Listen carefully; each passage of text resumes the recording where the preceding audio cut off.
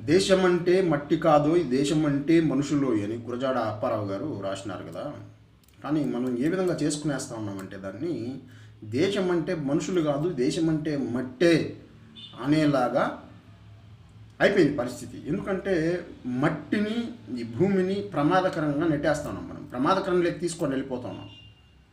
ఈ మట్టిని దోచుకునేస్తూ ఉన్నారు, భూమిని ఆక్రమించి భవంతులు నిర్మించేస్తూ ఉన్నారు. పెద్ద పెద్ద అపార్ట్మెంట్లు, 20 ఫ్లోర్లు, 50 ఫ్లోర్లు, ఒక్కో ఫ్లోర్కి ఎన్ని పోర్షన్లు, ఒక్కో పోర్షన్కి ఎన్ని రూములు. ఈ విధంగా విచ్చలవిడితనం అయిపోయింది. ఒక పెద్ద బిల్డింగ్, ఇండిపెండెంట్ హౌసు, ఒక పెద్ద బిల్డింగ్ ఉంటుంది. ఆ బిల్డింగ్లో